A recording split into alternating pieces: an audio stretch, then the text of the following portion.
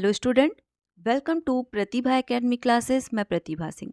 जो भी स्टूडेंट्स इस क्लास को देख रहे हैं, अगर आप बिहार शिक्षक भर्ती परीक्षा की तैयारी कर रहे हैं तो आपके लिए ये वीडियो काफ़ी इम्पॉर्टेंट है, क्योंकि इस वीडियो में मैं आप लोगों से कुछ इम्पॉर्टेंट बातों पर डिस्कशन करूंगी। सबसे पहली बात कि इस फॉर्म को भरने के लिए क्या एलिजिबिलिटी है, इस फॉर्म को कौन से स्टूडेंट्स भर सकते हैं। दूसरी बात, इस फॉर्म को भरते समय किस प्रकार की सावधानी आपको रखनी है। और तीसरा टॉपिक होगा जिसमें हम लोग एग्ज़ाम का क्या पैटर्न है, किस प्रकार एग्ज़ाम होगा, साथ ही साथ विषय के कितने क्वेश्चन होंगे और कुल कितने प्रश्न परीक्षा में पूछे जाएंगे। इन सारे प्रश्नों का जवाब आपको इस वीडियो में देखने को मिल जाएगा। तो आइए हम लोग स्टार्ट करते हैं। सबसे पहले मैं आप सबको बता देती हूँ कि बिहार लोक सेवा आयोग द्वारा एक नोटिफिकेशन जारी किया गया है, जिसमें साफ शब्दों में यहाँ पर डिक्लेयर कर दिया गया है आयोग द्वारा कि जो कुल अध्यापकों की संख्या है वो है 69,706 पद खाली हैं। तो यहाँ पर आयोग द्वारा स्पष्ट शब्दों में दिया गया है कि किन विषयों में कितनी सीटें खाली हैं। आप एक बार ज़रूर देख लीजिएगा। यहाँ पे मैं हिंदी विषय में कितनी सीटें खाली हैं उसे बता देती हूँ, ठीक है।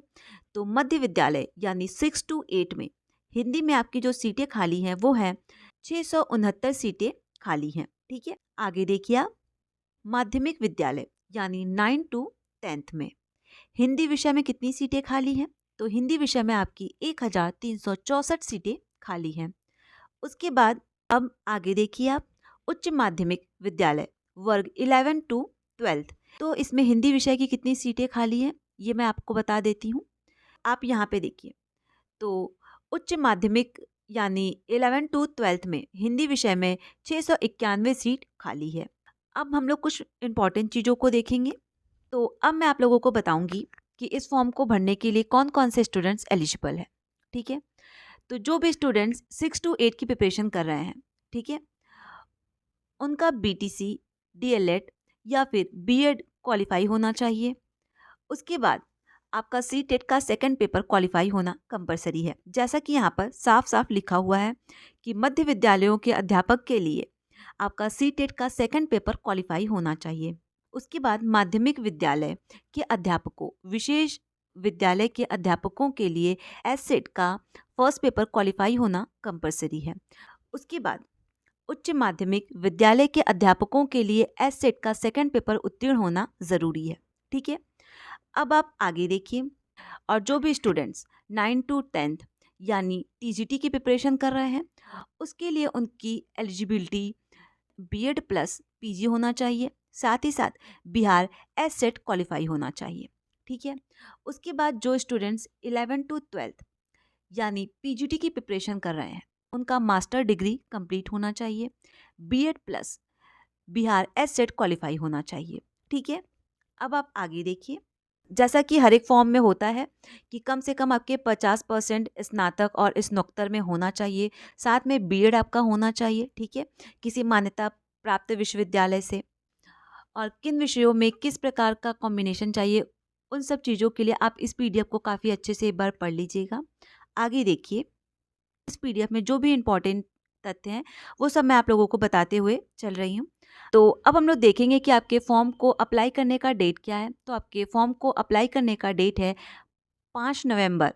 जैसा कि आयोग ने अभी कुछ दिन पहले एक नोटिफिकेशन जारी किया था, जिसमें आयोग ने स्पष्ट शब्दों में बोला था कि फॉर्म भरने का जो डेट होगा वो 5 नवंबर से होगा।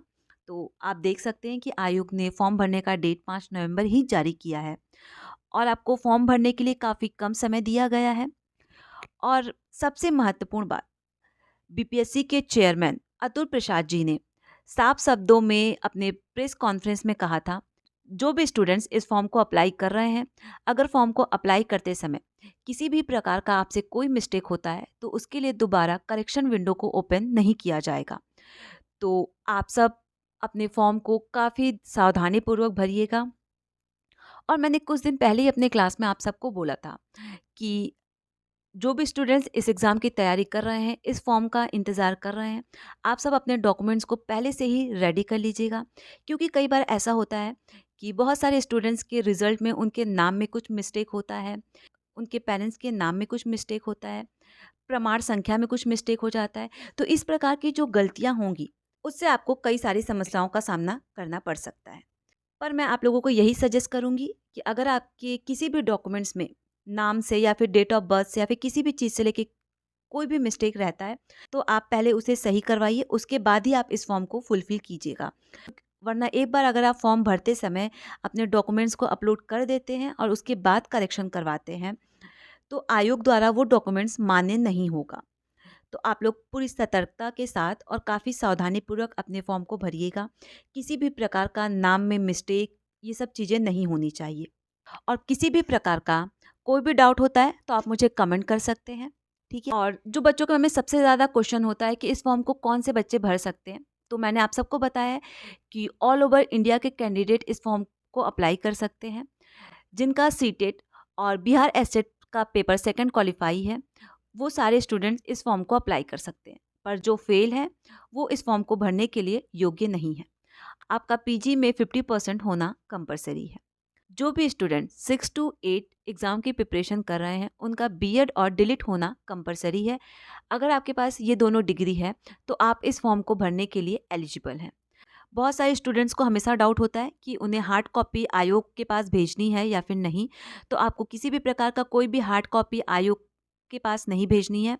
आप सिर्फ फॉर्म को अच्छे से फुलफ़िल कीजिएगा पूरे ध्यानपूर्वक। उसके बाद जो एप्लीकेशन फॉर्म होगा उसको अच्छे से डाउनलोड कर लीजिएगा, ठीक है। तो अब हम लोग देखेंगे कि एग्ज़ाम का पैटर्न क्या है। तो ये जो नोटिफिकेशन मैंने आप लोगों को दिखाया है, अगर आप लोगों को ये नोटिफिकेशन चाहिए तो इसके लिए मैंने कमेंट बॉक्स में अपने टेलीग्राम चैनल का लिंक पिन कर दिया है। वहाँ से आप मेरे टेलीग्राम चैनल पे जुड़ सकते हैं। वहाँ पे आपको ये नोटिफिकेशन देखने को मिल जाएगा। अब हम लोग देखेंगे कि बिहार शिक्षक भर्ती परीक्षा का एग्ज़ाम का पैटर्न क्या है, किस बेस पे आपका एग्ज़ाम होगा। तो इस बार जो आप लोगों का पेपर होगा वो सिंगल पेपर होगा, यानी एक पेपर सिर्फ होगा। क्योंकि जो पहली बार एग्ज़ाम हुआ था उसमें 2 पेपर आयोग ने लिया था, ठीक है। पर इस बार ऐसा नहीं होगा। इस बार सिर्फ और सिर्फ आपका एक पेपर होगा।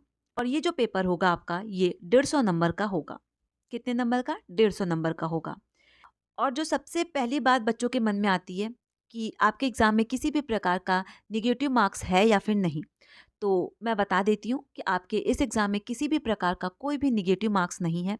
तो आप पेपर के टाइम हर एक क्वेश्चन को काफ़ी अच्छे से इत्मीनान से पढ़ के अटेम्प्ट कीजिएगा। इस बार आयोग द्वारा आपको पेपर हल करने के लिए 2.5 घंटे दिए जाएंगे, ठीक है। यानी एक प्रश्न पर आपको 1 मिनट मिलेगा।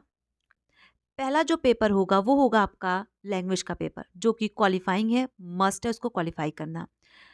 इस लैंग्वेज के पेपर में आपके 8 क्वेश्चन होंगे इंग्लिश के और 22 क्वेश्चन होंगे आपके हिंदी के, ठीक है। तो जो भी स्टूडेंट्स हिंदी के हैं, आप बिल्कुल भी परेशान ना हो। आपका लैंग्वेज का पेपर काफ़ी इजी वे में क्वालिफाई हो जाएगा, ठीक है। ये जो 8 क्वेश्चन है आपको इस पे थोड़ा फोकस करना होगा, वरना ये 22 क्वेश्चन आप काफ़ी आसानी से कर लेंगे। जो आपके लैंग्वेज के पेपर होंगे वो 30 नंबर के होंगे, ठीक है। अब आप सेकंड पार्ट देखिए, जो कि है जीएस का, ठीक है। तो जो सेकंड पार्ट है इसका पेपर 40 नंबर का होगा। और सेकंड पार्ट के लिए आपको GS, GK, geography, polity, EVS, history, इन सारे टॉपिक को काफ़ी अच्छे से कवर करना होगा। और जो जीएस का पेपर है ये आपका 40 नंबर का होगा। उसके बाद आता है आपका पार्ट 3, जो कि विषय से संबंधित है। इसमें आपके विषय से 80 प्रश्न पूछा जाएगा। यानी मान लीजिए कि आप हिंदी के स्टूडेंट हैं तो आपके विषय से 80 प्रश्न परीक्षा में पूछा जाएगा। और वहीं इंग्लिश के हैं तो इंग्लिश के 80 प्रश्न होंगे। वहीं आप मैथ के हैं तो मैथ के 80 प्रश्न परीक्षा में पूछे जाएंगे। तो कुल मिला के परीक्षा में 150 प्रश्न होंगे, 2.5 घंटे होंगे आपके पास, ठीक है। एक चीज़ मैं आप लोगों को काफ़ी इंपॉर्टेंट बता देती हूँ कि जो बीपीएससी के चेयरमैन अतुल प्रसाद जी हैं, उन्होंने अपने प्रेस कॉन्फ्रेंस में साफ शब्दों में कहा था कि जो भी स्टूडेंट्स फर्स्ट पेपर यानी क्वालिफाइंग पेपर को क्वालिफाई नहीं कर पाएंगे, तो उन स्टूडेंट्स का सेकंड पेपर और थर्ड पेपर चेक नहीं होगा, ठीक है। तो फर्स्ट पेपर क्वालिफाई करना मस्ट है। अगर आप इस पेपर को क्वालिफाई नहीं करेंगे तो आपके ये दोनों पेपर सही नहीं होंगे, चाहे आप इसमें 40 के 40 प्रश्न सही करके आएँ या फिर 80 के 80 प्रश्न सही करके आएँ, ठीक है। तो आपको ध्यान रखना है कि फर्स्ट पेपर क्वालिफाई करना मस्ट है। बहुत सारे स्टूडेंट्स के मन में ये विचार भी आ रहा होगा कि आप लोगों का मेरिट किस आधार पर बनेगा, ठीक है। तो आप सबको मैं बता देती हूँ कि आप लोगों का मेरिट मान लीजिए कि 2 स्टूडेंट्स हैं, ठीक है? एक राम है और एक श्याम है। अगर राम और श्याम के नंबर सेम हैं, ठीक है?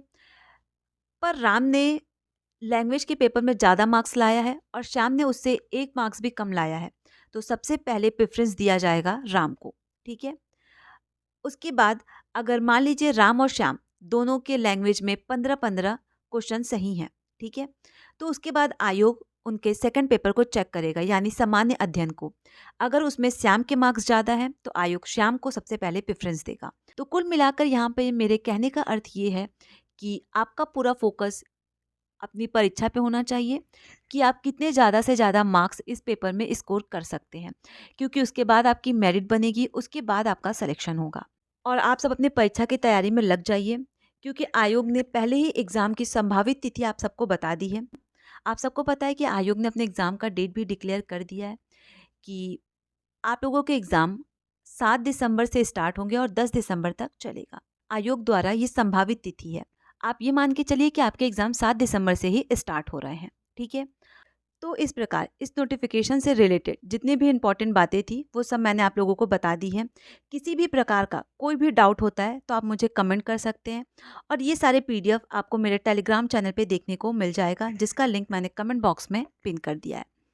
और किसी भी प्रकार का कोई भी डाउट होता है तो आप मुझे कमेंट कर सकते हैं, या फिर कमेंट बॉक्स में मैंने अपने इंस्टाग्राम और फेसबुक का लिंक पिन कर दिया है, वहाँ से आप मुझे डायरेक्ट मैसेज भी कर सकते हैं। मेरे चैनल पर आपको बिहार शिक्षक भर्ती परीक्षा टीजीटी पीजीटी हिंदी विषय की तैयारी देखने को मिल जाएगी। और बिहार शिक्षक भर्ती परीक्षा के नाम से मैंने एक अलग सा प्लेलिस्ट बना दिया है। आप एक बार उन क्लासेस को ज़रूर देखिएगा अगर आप हिंदी विषय की तैयारी कर रहे हैं तो। और उन क्लासेस में मैंने जितने भी पीडीएफ आप लोगों को पढ़ाया है वो सारे पीडीएफ मैं फ्री ऑफ कॉस्ट अपने स्टूडेंट्स को प्रोवाइड करवा देती हूँ।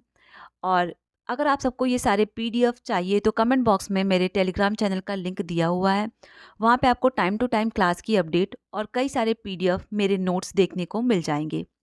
इस वीडियो को अपने दोस्तों के साथ शेयर करना, चैनल को सब्सक्राइब कर बेल आइकॉन प्रेस करना ना भूलें। Thank you.